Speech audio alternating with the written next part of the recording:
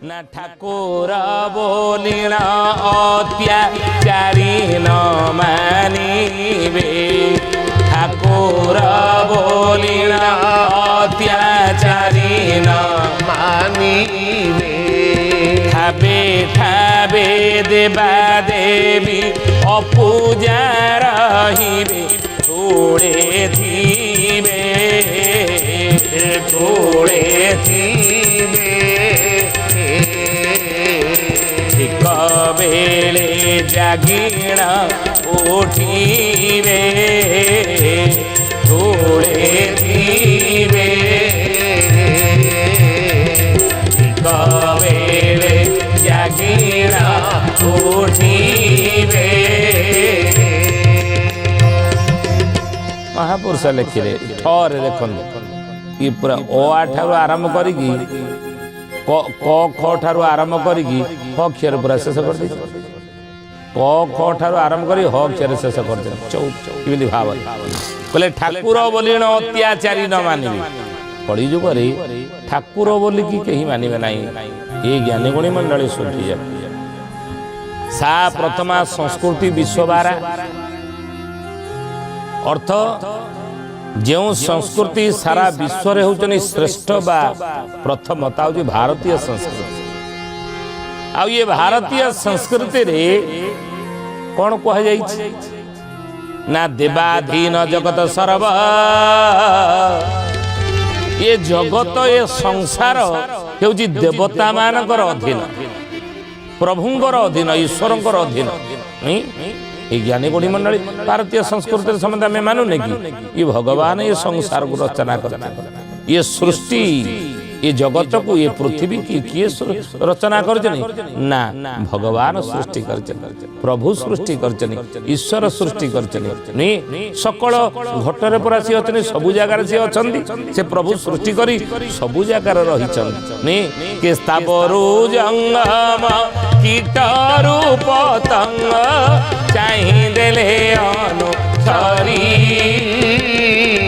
ସକଳ ଘାଟରେ ପୁରୀ ସମାନରେ ନୁହେଁ ସାରା ବଡ଼ କରି ନୁହେଁ ସାରା ବଡ଼ କରି ହେ ସୁଜନେ ନୁହେଁ ସାନ ବଡ଼ କରି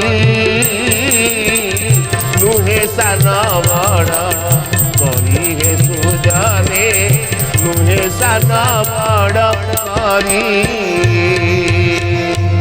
ପ୍ରଭୁ ଏ ସଂସାରକୁ ଜଗତକୁ ଯେଉଁ ରଚନା କରିଛନ୍ତି ସୃଷ୍ଟି କରିଛନ୍ତି ସତ୍ୱ ରଜ ତମ ତିନି ଗୁଣରେ ସଂସାରକୁ ସୃଷ୍ଟି ଭଗବାନ କଲେ ସତ୍ୱ ଗୁଣ ରଜଗୁଣ ଏବଂ ତମ ଗୁଣ ଜ୍ଞାନୀ ଗୁଣୀ ମଣ୍ଡଳୀ ସତ୍ୱ ଗୁଣୀ ମାନଙ୍କର ଲକ୍ଷଣ ହେଲା କ'ଣ ନା ନୀତି ନିୟମ ସତ୍ୟ ଧର୍ମ ନ୍ୟାୟ ଏଇ ବାଟରେ ସେମାନେ ଚଳନ୍ତି ସେମାନଙ୍କର ପସନ୍ଦ ଏଇଆ ଧ୍ୟାନ ଧାରଣା ପୂଜା ପାଠ ଜପ ଧ୍ୟାନ ଈଶ୍ୱର ସତ୍ତାଙ୍କୁ ସ୍ୱୀକାର କରିବା ଭଗବାନଙ୍କୁ ମାନିବା ଈଶ୍ୱରକୁ ମାନିବା ଭଗବାନଙ୍କୁ ମାନିବା ଧର୍ମକୁ ମାନିବା ଇଏ ସତ୍ୱଗୁଣୀ ସମ୍ପନ୍ନ ଲୋକଙ୍କର ଇଏ ହେଉଛି ଲକ୍ଷଣ ସାଧା ଜୀବନ ଉଚ୍ଚ ବିଚାର ସାଧା ଜୀବନକୁ ବଞ୍ଚିବି ବିଚାର ମୋର ଉଚ୍ଚ ହବ ବେଦମୂର୍ତ୍ତି ତପନିଷ୍ଠ ଯୁଗଦ୍ରଷ୍ଟା ପଣ୍ଡିତ ଶ୍ରୀରାମ ଶର୍ମା ଆଚାର୍ଯ୍ୟ ମୋର ଗୁରୁଦେବ କ'ଣ ଲେଖିଲେ କହିଲେ ହେଉଛି ସାଧା ଜୀବନ ଉଚ୍ଚ ବିଚାର ସହିତ ଯେଉଁମାନେ ସଂସାର ଚଳନ୍ତି ନା ସେମାନେ ସୁଖରେ ଶାନ୍ତିରେ ଆନନ୍ଦରେ ରହିପାରିବେ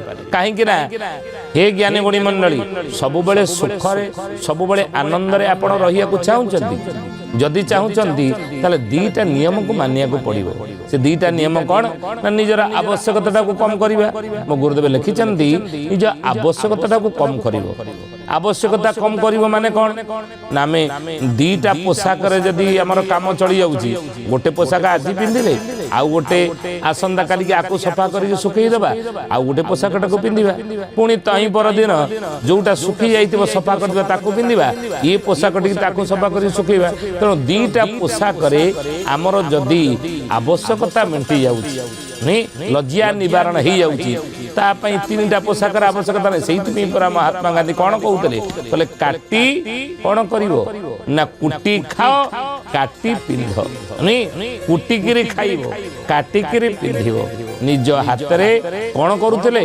ଲୁଗା ବୁଣୁଥିଲେ ତେଣୁ ନିଜେ ପିନ୍ଧୁଥିଲେ ଖଦି ପିନ୍ଧୁଥିଲେ, ଆଣ୍ଠୁ ଲୁଚୁ ନଥିଲା। ଏଭଳି ପୋଷାକ ପିନ୍ଧୁଥିଲେ, ଆଣ୍ଠୁ ଲୁଚୁ ନଥିଲା। ହେ ଜ୍ଞାନୀ ଗୁଣୀ ମଣ୍ଡଳୀ, ତେଣୁ ଆବଶ୍ୟକତାକୁ ପ୍ରଥମେ କମ କର। ଯଦି ଦୁଇଟା ରୁମରେ ମୋ ପରିବାର ଚଳିବାର ବ୍ୟବସ୍ଥା ହେଇଯାଉଛି, ଦୁଇଟି ରୁମ୍ ମୁଁ ରହିଲି, ମୋ ପତ୍ନୀ ରହିଲା, ଆଉ ଗୋଟେରେ ପୁଅ ପିଲାମାନେ ମୋର ପିଲାମାନେ ରହିଲେ, ପୁଅ ଝିଅମାନେ ରହିଲେ, କି ଆଉ ଗୋଟେରେ ମୋର ବାପା ମା ମାନେ ରହିଲେ, ଇଏ ତିନିଟା ରୁମ୍ରେ ମୋର ଯଦି ଆବଶ୍ୟକତା ଚଳି ଯାଉଛି, ମୁଁ ତା ପାଇଁ 5ଟା ଜାଗାରେ ପ୍ଲଟ୍ କିଣିକି କୋଠା 5 ତାଲା ବିଲ୍ଡିଂ କାହିଁକି ତିଆରି କରିବି? କାହିଁକି 2 ତାଲା 3 ତାଲା ମୁଁ ତିଆରି କରି କ'ଣ ଆବଶ୍ୟକତା ରହିଛି? କିଏ ନେଇଛି ଦୁନିଆରୁ? ନା ଆମେ ନେଇକି ଯିବା, ନା ଆମ ପରେ ଯିଏ ଜନ୍ମ ହେବେ ସିଏ ଦୁନିଆରୁ କ'ଣ ନେଇକି ଚାଲିଯିବ? ନା, ସାଙ୍ଗରେ ଇଏ ଯିବ ନାହିଁ। ତେଣୁ 3ଟା ରୁମ୍ରେ ଯଦି ମୋର ପରିବାର ଚଳି ଯାଉଛନ୍ତି, ମୁଁ 10ଟା ଜାଗାରେ ପ୍ଲଟ୍ କିଣିକି ସେଠି ଘର ଫର ତିଆରି କରିକି ତା ଦେହରେ କି ବାହାଦୁରୀ ଅଛି? ତେଣୁ ଆବଶ୍ୟକତାଟାକୁ କମ କର।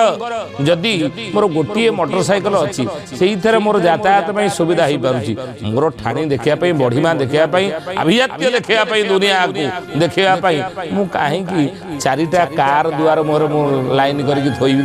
ମୋର ବଢ଼ିମା ଦେଖେଇବି, ମୋର ବଡ଼ପଣ ଦେଖେଇବି, ମୋର ବଡ଼ ବଡ଼ିଆ ଦେଖେଇବି? ଆବଶ୍ୟକତା ନାହିଁ, ଏଗୁଡ଼ିକ ସାଙ୍ଗରେ ଯିବ ନାହିଁ, ଏଥିରେ କୌଣସି ବାହାଦୁରୀ ନଥାଏ। ତେଣୁ ହି ଜ୍ଞାନୀ ଗୁଣୀ ମଣ୍ଡଳୀ, ଆବଶ୍ୟକତାକୁ କମ କରିବା। ଯଦି 2ଟା ତରକାରୀ ମୋର ଖାଦ୍ୟ ଅର୍ଥାତ୍ ମୋ ଭୋକ ମେଣ୍ଟି ଯାଉଛି, ଭାତ ଡାଲି ଶାଗ ଭଜା ଏତିକିରେ ହେଇଯାଉଛି, ମୁଁ ଇଏ 50 ପ୍ରକାର ଆଇଟମ କାହିଁକି ତିଆରି କରିକି ସେଠି ରଖିବି? ମନେ ରଖନ୍ତୁ ଏ କଥା। ତେଣୁ ଆବଶ୍ୟକତାକୁ କମ କରିବା, ପରିସ୍ଥିତି ସହିତ ତାଳମେଳ ରଖିକି ଚାଲିବା। ଆମେ କ'ଣ କରିବା? ଏଭଳି ପରିସ୍ଥିତି ଆସିଲା, ଏଭଳି ଅସୁବିଧା ଆସିଲା, ମୋ ଜୀବନରେ ଏମିତି ପରିସ୍ଥିତି ସୃଷ୍ଟି ହେଇଗଲା, ସେଇଥିପାଇଁ ପୁରା ବାଟକୁ ଯିବା ପାଇଁ ମୁଁ ବାଧ୍ୟ ହେଲି। ଅନେକ କହୁନାହାନ୍ତି କି କ'ଣ କରିବା? କି ଏମିତି ମତେ ଏମିତି କଲା ଯେ ମୁଁ ପରିସ୍ଥିତି ପଡ଼ିଗଲା, ମୁଁ ବାଧ୍ୟ ହେଲି। ନା, ପରିସ୍ଥିତି ତ ତାଳମେଳ ରଖିକି ଚାଲ। ଆପଣମାନେ ଭାବନ୍ତୁ ନାହିଁ ମୁଁ ଯେମିତି ମୋ ପୁଅ ଯେ ସେମିତି ହେଇଥିବ ସେମିତି ମାନେ ନାହିଁ, ମୁଁ ଯେଭଳି ମୋ ସ୍ତ୍ରୀ ଯେ ସେଇ ବିଚାର ସମ୍ପନ୍ନ ହେବ ଇଏ କୌଣସି ଗ୍ୟାରେଣ୍ଟି ଆମେ ଦେଇପାରିବାନି। ମୁଁ ଯେମିତି ମୋର ପିତା ସେଇଭଳି ବିଚାର ଚିନ୍ତନ ହେଇଥିବ ସେଇ ଗ୍ୟାରେଣ୍ଟି ଆମେ ଦେଇପାରିବା ନାହିଁ। ଆମେ ତାଙ୍କ ସହିତ ଆଡଜଷ୍ଟ କରି ଚାଲିବା, ପରିସ୍ଥିତି ସହିତ ତାଳମେଳ, ଯେତେବେଳେ ଯେଉଁ ପରିସ୍ଥିତି ଆସିବ ତା ସହିତ ତାଳମେଳ ରଖିକି ଯଦି ଚାଲିବା, ତାହେଲେ ସବୁବେଳେ ସୁଖରେ ଶାନ୍ତିରେ ଆନନ୍ଦ ରହିପାରିବା। ବୋଲି ଏ ମହାପୁରୁଷ ଅଚ୍ୟୁତାନନ୍ଦଜୀ କି ଆଜିର ମାଳିକା ବଚନରେ ଆମେ ଆଲୋଚନା କରୁଛେ ବିଷୟ କ'ଣ ନା, ମହାପୁରୁଷ ଅଚ୍ୟୁତାନନ୍ଦଙ୍କର ମାଳିକାର ନାମ ହେଲା ହରି ଅର୍ଜୁନ ଚଉତିଶା। ଆଉ ଏ ହରି ଅର୍ଜୁନ ଚଉତିଶାର ପଦ କ'ଣ ନା, ଠାକୁର ବୋଲିଣ ଅତ୍ୟାଚାରୀ ନ ମାନିବି। କଳିଯୁଗରେ ଠାକୁର ବୋଲିକି ମାନିବେ ନାହିଁ ଭଗବାନ, କାରଣ ଏ ସଂସାର ଏ ସୃଷ୍ଟି ଭଗବାନଙ୍କ ଦ୍ୱାରା ହିଁ ରଚନା ହେଇଛି। ସତ୍ୱଗୁଣୀ, ରଜଗୁଣ, ତମଗୁଣ, ଇଏ 3 ଗୁଣରେ ଭଗବାନ ସଂସାର ଗଢ଼ିଛନ୍ତି। ପୃଥିବୀ, ଅଗ୍ନି, ବାୟୁ, ଜଳ, ଆକାଶ, ଏ ପଞ୍ଚଭୂତରେ ଭଗବାନ ଏ ସଂସାରକୁ ତିଆରି କରିଛନ୍ତି। ଉଦ୍ଭିଜ, ଅଣ୍ଡଜ, ସ୍ୱେଦଜ, ଏସବୁ ଜୀବ ଜଗତ ଭଗବାନ ସଂସାରରେ ସୃଷ୍ଟି କରିଛନ୍ତି। ତେଣୁ ଅଚ୍ୟୁତାନନ୍ଦ ମହାପୁରୁଷ ସେଇ କଥା କହିଲେ, ଈଶ୍ୱରକୁ ବିଶ୍ୱାସ କର, ଭଗବାନକୁ ବିଶ୍ୱାସ କର। ସଂସାରକୁ, ସୃଷ୍ଟି କି, ପୃଥିବୀ କି ଭଗବାନ ସର୍ଜନା କରିଛନ୍ତି, ଭଗବାନ ତିଆରି କରିଛନ୍ତି। ଏ ଆସ୍ଥା ବିଶ୍ୱାସ ରହିବା ଉଚିତ। ଆଗରୁ ଥିଲା, ଆଗରୁ ଲୋକମାନଙ୍କର ଥିଲା, କିନ୍ତୁ ଅଚ୍ୟୁତାନନ୍ଦ ମହାପୁରୁଷ ହରି ଅର୍ଜୁନ ଚଉତିଶାରେ କହୁଛନ୍ତି, ରାମରେ କଳିଯୁଗରେ ବିଜ୍ଞାନର ମିଛ ଦ୍ୱାହି ଦେଇ ଆଧୁନିକତାର ଚାକଚକ୍ୟ ଭିତରେ ଅପସଂସ୍କୃତିକୁ ଆପଣେଇ, ଅପସଂସ୍କୃତିକୁ ଗ୍ରହଣ କରି କଳିଯୁଗର ମଣିଷ ଭାରତୀୟ ସଂସ୍କୃତିକୁ ପଦଦଳିତ କରିବ ଏବଂ କ'ଣ କହିବ ନା, ଠାକୁର ବୋଲିଣ ଅତ୍ୟାଚାରୀ ନ ମାନିବି। ଠାକୁର କି? ଭଗବାନ କି? ଈଶ୍ୱର କି?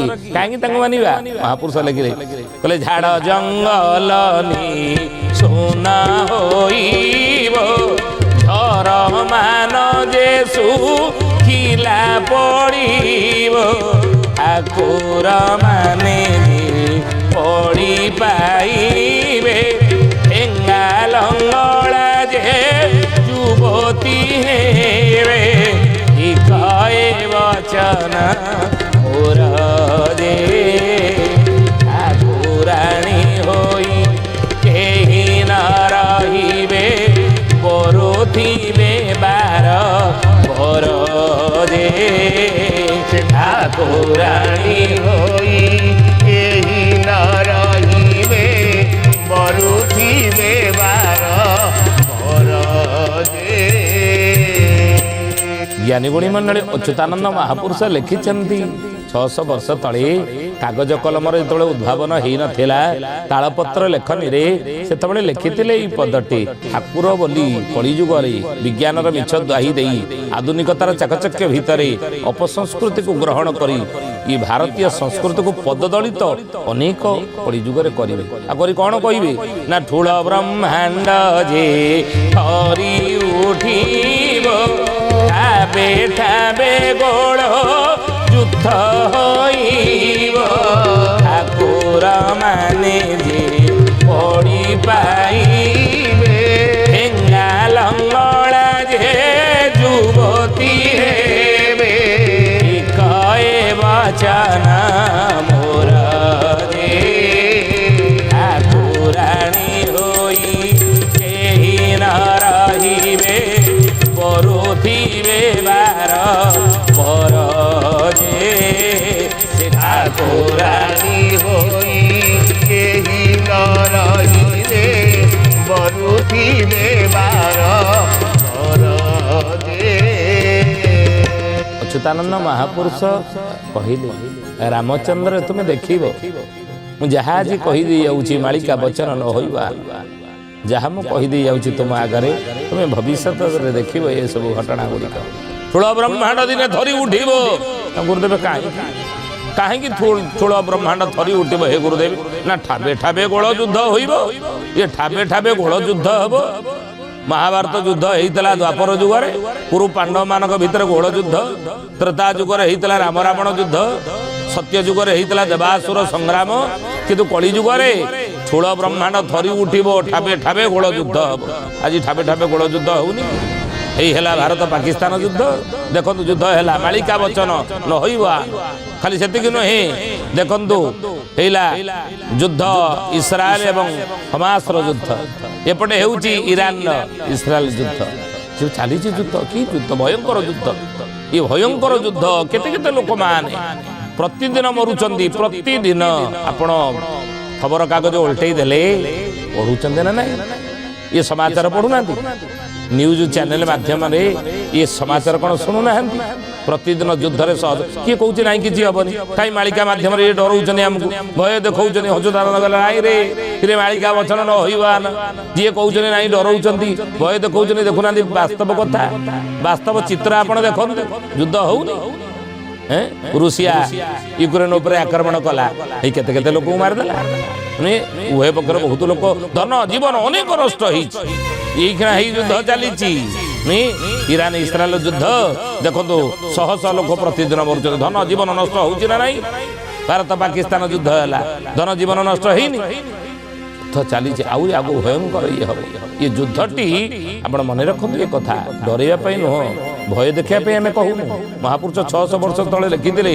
ଠାବେ ଠାବେ ଗୋଳ ଯୁଦ୍ଧ ହେବ ହୋଇବ ମହାସମର ଦେଶ ଦେଶ ମଧ୍ୟ ଅତି ପ୍ରବଳ ଦେଶ ଦେଶ ଭିତରେ ଯୁଦ୍ଧ ଇଏ ପ୍ରବଳ ମାତ୍ରାରେ ହବ ଏଇ ହଉଛି ଯାହା ଲେଖିଥିଲେ ଆଉ ଠାକୁର ମାନେ ଯେ ପଢି ପାଇବେ ସେତେବେଳେ ଠାକୁର ମାନେ ପଢି ପାଇବେ ଠାକୁର ମାନେ ପୂଜା ହେବେ ନାହିଁ ଆଉ ଠେଙ୍ଗା ଲଙ୍ଗଳା ଯେ ଯୁବତୀ ହେବେ ଠାକୁର ମାନେ କ'ଣ ପଢି ପାଇନାହାନ୍ତି ଆପଣ ଦେଖୁଛନ୍ତି ଠାକୁର ବୋଲି ଅତ୍ୟାଚାରୀ ନ ମାନିବେ ଠାକୁରଙ୍କୁ ମାନିବେ ନାହିଁ କ'ଣ ଠାକୁର କ'ଣ ଭଗବାନ କ'ଣ ଈଶ୍ୱର କ'ଣ ଗ୍ରାମରେ ଗ୍ରାମ ଦେବତୀ ଅପୂଜା ହୋଇକି ପଡ଼ନ୍ତି ନୀତି ଲୋ ଯାଇ ଫୁଲ ଆଲୋ ଯାଇ ଫୁଲ ଏତ କଳି ଶେଷର ଏ ନୀତି ଯାଇ ଫୁଲ ଏତ କଳି ଶେଷର ଏମିତି ଯାଇ ଫୁଲ ଆଲୋ ଯାଇ ଫୁଲ ଏକ କଳି ଶେଷର ଏମିତି ଯାଇ ଫୁଲ ସେତେବେଳେ ଦେଖିବ ରାମଚନ୍ଦ୍ର ଗ୍ରାମରେ ଗ୍ରାମ ଦେବତୀ ଅପୂଜା ହୋଇକି ପଢିବେ ନୀତି ନୀତି ଅପୂଜା ହେଇକି ପଢିବେ ଆପଣ କାହିଁ ଆମ ଗାଁରେ ତ ଠାକୁର ପୂଜା ହଉଛନ୍ତି ଗ୍ରାମ ଦେବତୀ ପୂଜା ହଉଛନ୍ତି ମହାପୁରୁଷ ଲେଖିଥିଲେ ହେଲେ ଗ୍ରାମେ ଗ୍ରାମ ଦିଅ ଅପୂଜା ରହିବେ ବୃନ୍ଦାବତୀ ଫିଙ୍ଗି ଦେବେ ମଣିଷ ପଣିଆ କରିଛନ୍ତି ପରା କଥା କହିବ କି କେବେ ଜୟ ଜଗନ୍ନାଥ ପତିତ ପାବନ ଓଡ଼ିଶା ବଡ଼ ଠାକୁର କଳ୍ପ ବଟବାସୀ ପ୍ରଭୁ ବ୍ରହ୍ମ ରାଶି କଳି କଳୁଷ ନିସ୍ତାର ମହାପୁରୁଷ ଲେଖିଥିଲେ ଗ୍ରାମେ ଗ୍ରାମ ଦିଅ ଅପୂଜା ରହିବେ ବୃନ୍ଦାବତୀ ଫିଙ୍ଗି ଦେବେ କଥା ଆପଣ ଶୁଣିଛନ୍ତି ଅନେକ ବା ତେଣୁ ଗାଁରେ ଗ୍ରାମ ଦେବତୀ ଅପୂଜା ହୋଇକି ପଡ଼ିବେ ନୀତି। ସେହି ସମୟରେ କଳିଯୁଗର ଶେଷାର୍ଦ୍ଧରେ ରାମଚନ୍ଦ୍ର ତୁମେ ଦେଖିବ, ମନେ ରଖ ମୁଁ ଯାହା ଆଜି କହୁଛି ବାଳିକା ବଚନ ନ ହୋଇବ, ବାରମ୍ବାର ଏ କଥା କହୁଛି। ଗ୍ରାମେ ଗ୍ରାମ ଦେବତୀ ଅପୂଜା ହେଇକି ପଡ଼ିବେ ନୀତି, ଅପୂଜା ହେଇକି ପଡ଼ିବେ। ଏ ତ କଳି ଶେଷର ଏ ନୀତି, ଆଉ କ'ଣ କରିବା? ଇଏ କଳି ଶେଷର ନୀତି। ବିଜ୍ଞାନକୁ ମାନିବେ, ଆଧ୍ୟାତ୍ମକୁ ମାନିବେ ନାହିଁ, ଧର୍ମକୁ ମାନିବେ ନାହିଁ, ଈଶ୍ୱରକୁ ମାନିବେ ନାହିଁ। ଆଉ ଯଦି ମାନୁଥାନ୍ତେ ତାହେଲେ ଆଜି କ'ଣ ମନ୍ଦିରରେ ଚୋରି ହଉଥାନ୍ତା ନା? ଆଜି ଆପଣ ଦେଖୁନାହାନ୍ତି ବିଭିନ୍ନ ମନ୍ଦିର ଆପଣ ଦେଖିବେ, ମନ୍ଦିରର ହୁଣ୍ଡି ଭାଙ୍ଗିକି ପଇସା ଚୋରି କରି ନେଇଯାଉଛନ୍ତି, ନୁହେଁ? ବୋଲି ଏ ମହାପୁରୁଷ ଅଚ୍ୟୁତାନନ୍ଦ ଜି କି ସୁଧୀ ଜାନି ଜ୍ଞାନୀ ଗୁଣୀ ମଣ୍ଡଳୀ। ଆଜିର ମାଳିକା ବଚନରେ ଆମେ ଆଲୋଚନା କରୁଛେ ବିଷୟ କ'ଣ ନା, ମହାପୁରୁଷ ଅଚ୍ୟୁତାନନ୍ଦଙ୍କର ମାଳିକାର ନାମ ହେଲା ହରି ଅର୍ଜୁନ ଚଉତିଶା। ଆଉ ଏ ହରି ଅର୍ଜୁନ ଚଉତିଶାରେ ସେ ପଦଟେ କ'ଣ ନା, ଠାକୁର ବୋଲିଣ ଅତ୍ୟାଚାରୀ ନ ମାନିବେ, ଠାବେ ଠାବେ ଦେବା ଦେବୀ ଅପୂଜା ରହିବେ। ଠାକୁର ବୋଲିଣ କେହି ମାନିବେ ନାହିଁ, ଏ କଥା ତ ଆମେ ଆଲୋଚନା କରୁଛେ। ଯଦି ମାନୁଥାନ୍ତେ ମନ୍ଦିର ଚୋରି ହଉଥାନ୍ତା ନା? ନା, ମନ୍ଦିରରୁ ପୁଣି ଚୋରି। ଏ ଶୋଧିଯାରେ ଆମେ ଧନ ସମ୍ପତ୍ତି ଯେତେବେଳେ କମଉଛେ, ରୋଜଗାର କରୁଛେ, ତାକୁ କ'ଣ କରୁଛେ ନା, ହେ ଠାକୁର ନାଉଛେ, ପ୍ରଭୁ ମୋ ଧନ ସମ୍ପତ୍ତିକି ସୁରକ୍ଷା ଦେବେ, ନୁହେଁ? ଲକ୍ଷ୍ମୀକି ପୂଜା କରୁଛେ, ଦୁର୍ଗାଙ୍କୁ ପୂଜା କରୁଛେ, କାଳୀକି ପୂଜା କରୁଛେ, ଠାକୁର ବାକୁର ପୂଜା କରୁଛେ, ମୋ ପରିବାରକୁ ସୁରକ୍ଷା ଦେବ, ମୋ ସମ୍ପତ୍ତିକି ସୁରକ୍ଷା ଦେବ। ପଇସା ଯେଉଁଠି ରଖୁଛେ ସେଠି ଠାକୁରଙ୍କୁ ପୂଜା କରୁଛେ, ପ୍ରଭୁ ସୁରକ୍ଷିତ ହେଇକି ରହୁ, କିଛି ଅସୁବିଧା ନ ହଉ। ଇରେ ଯଦି ଧନ ସମ୍ପତ୍ତି ରଖିଲେ ଠାକୁରଙ୍କୁ କହୁଛେ, ଠାକୁର ମୁଁ କ'ଣ ତତେ ସୁରକ୍ଷା ଦେବି? ମୁଁ ତ ଧନ ସମ୍ପତ୍ତି କ'ଣ ସୁରକ୍ଷା ଦେବି?